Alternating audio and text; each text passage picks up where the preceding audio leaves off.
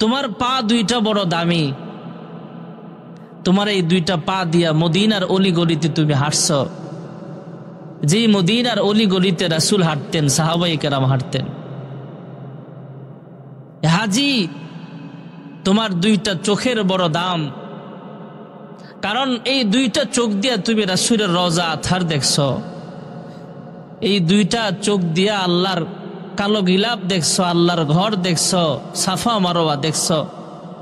এই দুইটা চোখ দিয়া তুমি ওখানে আল্লাহর নাজ নেয়ামতগুলো দেখছ। তোমার দুইটা ঠোঁটের বড় দাম, এই দুইটা ঠোঁট দিয়া তুমি লাব্বাইক আল্লাহুম্মা লাব্বাইক বলেছ। এ হাজি, তোমার দুইটা হাত, তোমার শরীরের বড় দাম, তোমার শরীরে কাবার সুগন্ধি মাখা আছে, আরাফার ময়দানের ধুলাবালি তোমার শরীরে, পায়ে, নাকে, মুখে লেগে আছে, তোমার বড় দাম। হাজি, আমার জন্য দোয়া করিও, আল্লাহ যেন আমাদেরকেও মক্কা মদিনায় সফর করার তৌফিক দান করে। এ একটা প্রভাব ছিল, আমরা যখন ছোট তখনও দেখছি, এবং আম্মা আব্বার কাছ থেকে, দাদা দাদির কাছ থেকে, দাদা তো বুঝ হওয়ার পরে দেখি নাই, দাদির কাছ থেকে, নানির কাছ থেকে, ওদের কাছ থেকে শুনতাম, মুরব্বীদের কাছ থেকে শুনতাম। 3 মাস 4 মাস লাগায়া মানুষ হজে যাইত। এখন তো মাশাআল্লাহ হাজির অভাব নাই।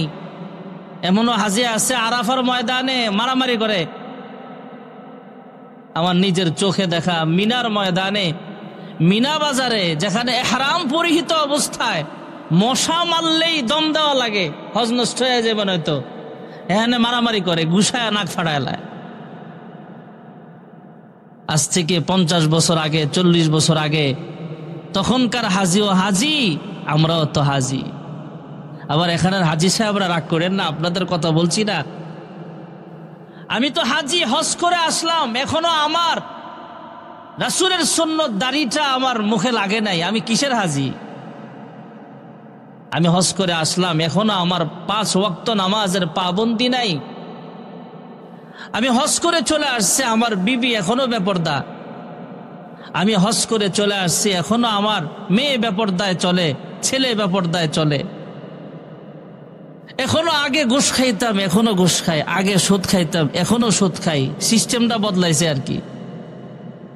আগে সরাসরি খাইতো, এখন খাই আমি হাজি সাহেব, এসব কাজ আমি করি না, তোর বাবির লোকে দেখা করিস।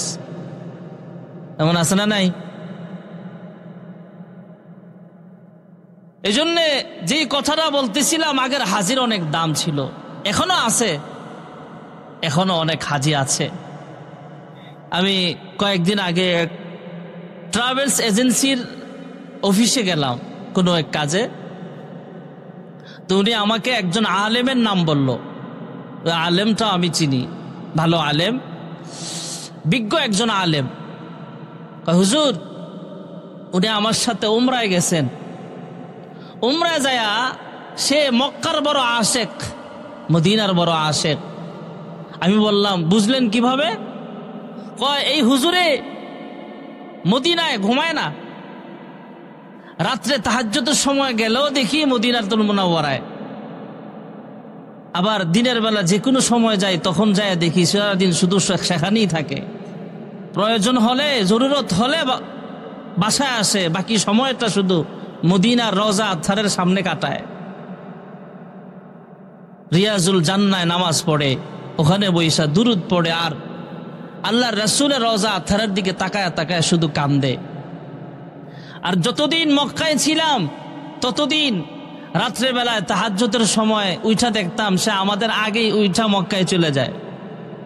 বহু আল্লাহর পাগল এমন আছে, হজের সফরে 5 ওয়াক্ত নামাজ জামাতের সাথে মক্কায় পড়ে। আবার অনেক হাজি এমন আছে, হোটেলে ঘুমায়, নামাজ কাজা করে, আছে না নাই?